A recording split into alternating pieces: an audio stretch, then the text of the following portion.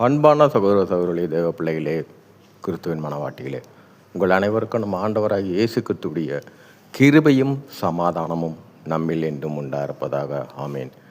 இந்த நாளிலும் பரிசுத்தாவின் வெளிப்படுத்துகிற சத்தியத்திற்காக நன்றி செலுத்துவோம்.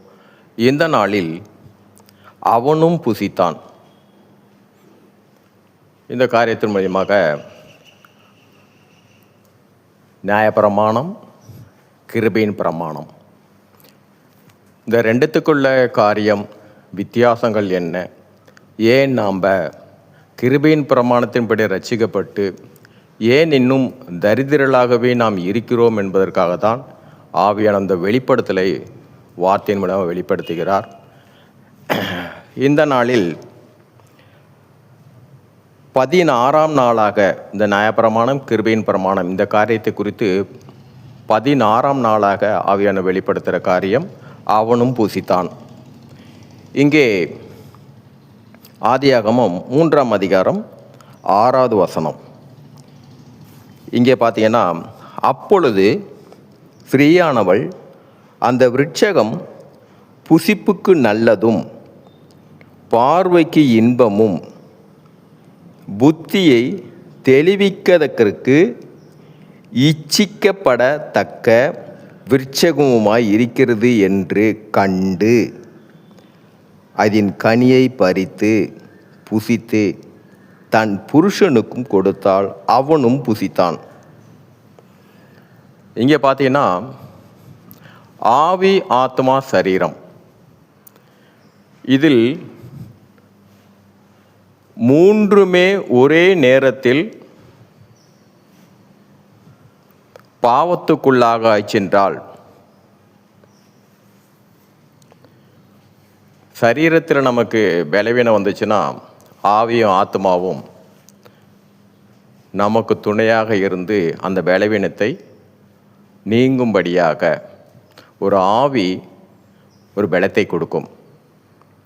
ஆனால் இங்கு மூன்றுமே ஒரு பாவத்துக்குள்ளாக விடும்போது என்னாகென்றால் மகிமையை இழப்பார்கள். இந்த மூன்று காரியமாக ஆவி, ஆத்மா, சரீரம். முதலாவது, ஆவியில் எப்படி அவள் விழுந்தாள், ஆத்மாவில் எப்படி விழுந்தாள், சரீரத்தில் எப்படி விழுந்தாள். முதலாவது ஆவிக்குள்ளாக பார்த்தீங்கன்னா, அப்பொழுது ஸ்திரீயானவள் அந்த விருட்சகம் புசிப்பதற்கு நல்லதும் பார்வைக்கு இன்பமும். நன்கு கவனியுங்கள், அந்த பழத்தை தொடலை, பறிக்கலை, சாப்பிடலை. அதுக்கு முன்னாடியே அவள் நல்லது என்று முடிவு பண்ணிட்டாள். அந்த ஒரு நொடியிலேயே ஆவிக்குள்ளான காரியம் தீமையை ருசித்து விட்டது. பாவத்துக்குள்ளாக ஆவியிலே விழுந்துட்டாள். முடிவே பண்ணியாச்சு. நல்லது என்று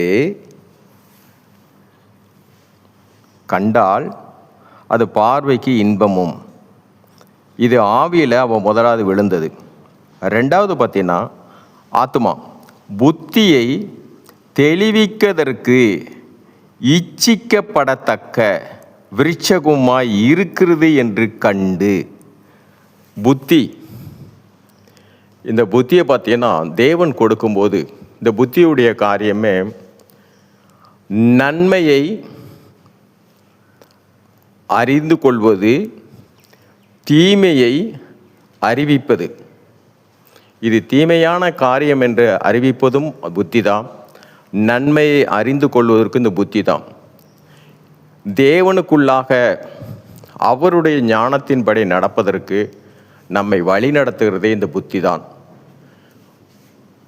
சில பேர் ஒரு பாவமான ஒரு காரியத்தை எதை செய்து விட்டார்களால் என்ன சொல்லுவாங்கன்னா, உலகத்தில் அவனுக்கு புத்தி கெட்டு போச்சு, புத்தி கெட்டதுனால தான் அவன் இப்படிலாம் நடந்துக்கிறான்.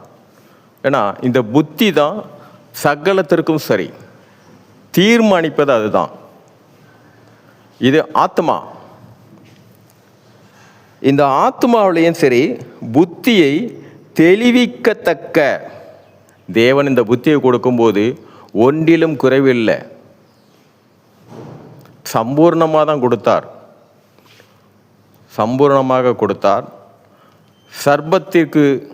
சர்பத்தோட வார்த்தைக்கு செவி சாய்த்தாங்க. இங்கே பார்த்தீங்கன்னா புத்தியை தெளிவிக்கத்தக்கதாக. அப்போது ஆத்துமாவிலும் குறைவு உண்டு என்று தீர்மானித்தால், இரண்டாவது காரியம் ஆத்துமாவும் இங்கு விழுந்தது. மூன்றாவது பார்த்தீங்கன்னா அதன் கனியை பறித்து புசித்து தன் புருஷனுக்கு கொடுத்தால் அவனும் புசித்தான். சரீரம் இத்தனை காரியத்தையும் நடப்பிக்கிறது சரீரம். கை நீட்டி அதை பறித்தது, புசித்தது. இங்கே சரீரத்துடைய காரியமும் விழுந்தது. இங்கே ஒரு காரியம் பார்த்தீங்கன்னா அதன் கனியை பறித்து புசித்து, இவள் மட்டும்தான் புசித்தாள். இவள் மட்டும் புசித்ததனால அங்கே பாவம் முழுமையாக நிறைவேறவில்லை. இதை புசிக்கும்போது அவள் மாத்திரம் நிர்வாணியாகவில்லை. ஏன்னா பாவம் முழுமை பெறல. தேவன் சிருஷ்டிப்பின் காரியத்தின்படி ஆணும் பெண்ணுமாக தான் சிருஷ்டித்தார். இங்கே பாதிதான் விழா எலும்பாக உண்டாக்கப்பட்ட ஸ்ரீ பாவத்தில் விழுந்துட்டால், ஆனாலும் பாவம் முழுமையாக நிறைவேறவில்லை. அதனால் அவர் நிர்வாணியமோ ஆகவில்லை. அவள் பறித்து புசித்து தன் புருஷனுக்கும் கொடுத்தால் அவனும் புசித்தான். அவனும் புசிக்கும் போதுமா அப்பொழுதுதான் பாவம் நிறைவேறினது.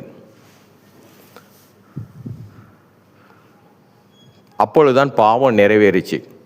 அப்பொழுதுதான் இருவரும் நிர்வாணி ஆனார்கள். இங்கே பார்த்தீங்கன்னா ஒருவன் புதிய ஏற்பாட்டில் கணவன் அவிவிசுவாசியாக இருந்தாலும் மனைவி பரிசுத்தவாளாக இருந்தால், அவள் ரட்சிக்கப்பட்டு அவள் பரிசுத்தவாளாக இருந்தால், இவளுடைய பரிசுத்தம் அவிவிசுவாசியான தன் கணவனையும் அது விசுவாசம் என்ற பரிசுத்தத்துக்குள் அவனையும் கொண்டு வரும். அதே போல கணவன் பரிசுத்தவானாக இருந்துட்டு மனைவி அவிவிசுவாசியாக இருந்தாலும் அந்த கணவனின் நடக்கையின்படி இவளும் பரிசுத்தவாளாக மாற்றப்படுவாள். இங்கே பழைய ஏற்பாடு இருவரையும் தேவன் ஒரே காரியமாகவே சிருஷ்டித்தார். ஆனால் மாமிசத்தில் தான் அவர்கள் இருவரானார்கள். மாமிசத்தில் பார்க்கும்போது பூமியில் அவர்கள் இருவர், பரலோகத்தின்படி அவர்கள் ஒருவரே. இப்போ இந்த காரியத்தில் தான் அவர்கள் விழுந்து போனது. அவருடைய ஆவி, ஆத்மா, சரீரம். அவளும் பாவத்தில் விழுந்தாள், அதன் நிமித்தம் இவனும் விழுந்தான். சரி, இந்த நாளுக்காக அவன் வெளிப்படுத்தின சத்தியத்திற்காக நன்றி செலுத்துவோம். நாளை தினம் கர்த்தருக்கு சித்தமானால் ஆவியானவருடைய துணையோடு நாளை தினத்தில் ஆதியாகமம் 3ஆம் அதிகாரம் 7ஆம் வசனத்தை பரிசுத்த ஆவியானவர் நமக்கு அதற்குள்ளான சத்தியத்தை வெளிப்படுத்துவார். அதற்காக ஆவியானவருக்கு நன்றி செலுத்துவோம். இக்காரியத்தின் மூலம் எல்லாவற்றிலும் மூவரிலும் ஒருவராக இருக்கிற தேவனே, உம்முடைய ஒருவருடைய நாமத்துக்கே மையம் உண்டாவதாக. ஆமேன்.